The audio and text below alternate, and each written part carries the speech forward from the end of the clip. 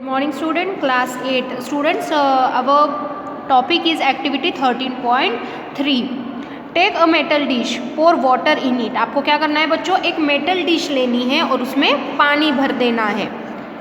Strike it at its edge with a spoon, और इसकी किनारों पर बच्चों आपको इस चम्मच से क्या करना है, जोर जोर से मारना है, उसे बजाना है. Do you here the sound? Obviously बच्चों किसी भी प्लेट पर अगर आप चम्मच से मार रहे हो तो उसमें से साउंड प्रोड्यूस होगी. Again strike the dish and then touch it. वापस आपको उसको पीटना है और उसे हाथ लगा कर देखना है. Can you feel the dish vibrating? Yes. देखो बच्चों, अभी मैंने एक प्लेट ली, उसमें पानी डाला और इसको मैंने जोर जोर से मारा, तो ऑब्वियसली ये जो प्लेट है वो वाइब्रेट होगी और उसमें से उसका साउंड भी आएगा. Strike the dish again. Look at the surface of water. Do you see any waves there? Yes बच्चों, अब घर पर भी बच्चों बकेट होता है. बकेट के जो वाटर, बकेट फुल ऑफ जो वाटर होती है उसके आप किनारे पर मार सकते हो. तो आप मार कर देखना बच्चों, बकेट के अंदर ऐसे सर्क्यूलर मोशन में आपको वेव्स दिखेंगे.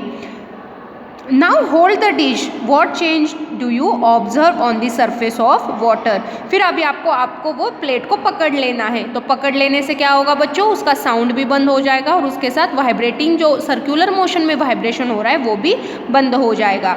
Can you explain the change? Is there a hint to connect sound with the vibrations of the body? ये यस बच्चों, उनका इंटरकनेक्शन है कि जहाँ पर भी बच्चों साउंड निकल रहा है बच्चों, तो उस जगह पर वो बॉडी वाइब्रेट भी करती है. उसके बाद देखो यहाँ पे उन्होंने इसे एक्सपेरिमेंट दिया है कि प्लेट फुल ऑफ वाटर लो और उसके किनारे पर मारो, तो आपको इसमें सर्कुलर मोशन में वेव्स भी दिखेंगे, ये बॉडी वाइब्रेट भी होगी और इसमें से साउंड भी निकलेगा. We see that a vibrating object produce sound. In some cases, the vibrations are easily visible to us. देखो बच्चों, किसी चीज़ में, अभी ये चीज़ लो, इस पर अगर हमने मारा तो ये वाइब्रेशंस बच्चों हमें क्लियरली दिख रहे हैं. But in most cases, their amplitude is so small that we cannot see them. However, we can feel them. लेकिन ज़्यादातर केसों में बच्चों जो बॉडी वाइब्रेट होती है उसे हम देख नहीं पाते हैं, उसे बस हम फील कर पाते हैं. नाउ है बच्चों एक्टिविटी 13.4. इन्होंने बहुत इजी है. एक तारा. बच्चों ये म्यूजिकल इंस्ट्रूमेंट से, इसका नाम है एक तारा. Take a hollow coconut shell and make a musical instrument. एक तारा. आपको एक खाली कोकोनट का, नारियल का शेल लेना है, गोले का, और उससे आपको एक तारा म्यूजिकल इंस्ट्रूमेंट आप बना सकते हो. You can also make it with the help of an earthen pot. आप ये मिट्टी के घड़े से भी बना सकते हो. Play this instrument and identify it's vibrating part. आपको ये बजा कर देखना है कि इसमें से कौन सा पार्ट वाइब्रेट होता है. तो बच्चों मैं बताती हूँ इसमें से कौन सा पार्ट वाइब्रेट होता है. जो ये बीच में वाली गिटार की तरह जो तार होती है बच्चों, उसे स्ट्रेच मेम्ब्रेन कहते हैं, स्ट्रेच स्ट्रिंग्स कहते हैं, स्ट्रिंग. तो ये बीच में वाली जो बच्चों स्ट्रिंग होती है ये वाइब्रेट होती है और इसी में से ही साउंड प्रोड्यूस होता है. Make a list of familiar musical instruments and identify there vibrating parts. हमें ऐसे बहुत सारे म्यूजिकल इंस्ट्रूमेंट्स निकालने हैं और उनके वाइब्रेटिंग पार्ट्स हमें इस आगे वाले टेबल पे लिखने हैं. A few examples are given in table 13.1. Complete rest of the table. देखो बच्चों ये है 13.1 अपना table. Musical instruments and their vibrating part, मतलब अलग अलग म्यूजिकल इंस्ट्रूमेंट्स हैं और उसमें से कौन सा पार्ट वाइब्रेट होता है. तो बच्चों जो वीणा होती है उसमें स्ट्रेच स्ट्रिंग्स होते हैं. Tabla stretch membrane.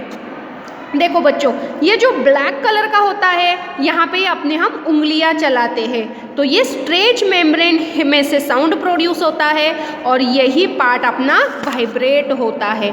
उसके बाद है बच्चों गिटार. गिटार में भी बच्चों जो तारें लगी होती है वो वाइब्रेट होती है. सितार. देखो बच्चों ये जो सितार होती है इस पर जो स्ट्रेच स्ट्रिंग्स होते हैं, तारें लगी हुई होती है, वही अपना वाइब्रेटिंग पार्ट होता है.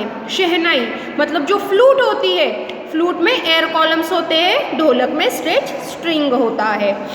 उसके बाद आता है बच्चों many of you might have seen the मंजीरा. मंजीरा मतलब देखो बच्चों ज़्यादातर मंदिरों में वगैरह इसका इस्तेमाल किया जाता है. द घटम. ये बच्चों घटम है, ये घड़े जैसा होता है और ये वर्ड आया है संस्कृत से घटम, और ये घड़े जैसा दिखता है, इसके वजह से इसका नाम हुआ घटम. एंड द मड पॉट्स मतलब जो एक हाथों से ऐसे तालियों की तरह बजाते हैं. और करतल.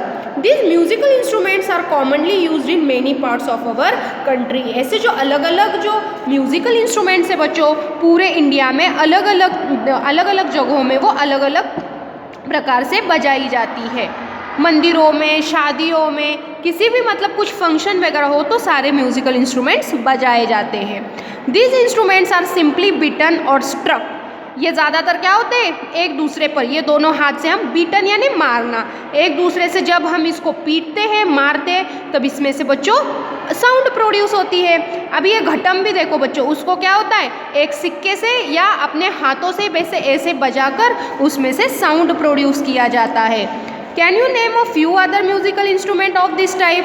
ऐसे टाइप्स होते हैं बच्चों सारे, वीणा, तबला, गिटार, शहनाई, फ्लूट, ढोलक, सितार, वीणा, तो ये सारे म्यूजिकल इंस्ट्रूमेंट्स हैं। You too can make a musical instrument. बच्चों ऐसे उन्होंने जो इजी वाला दिया है, ऐसे ही आप घर पर भी ऐसे म्यूजिकल इंस्ट्रूमेंट आप बना सकते हो। तो बच्चों आज हमने म्यूजिकल इंस्ट्रूमेंट्स के बारे में देखा।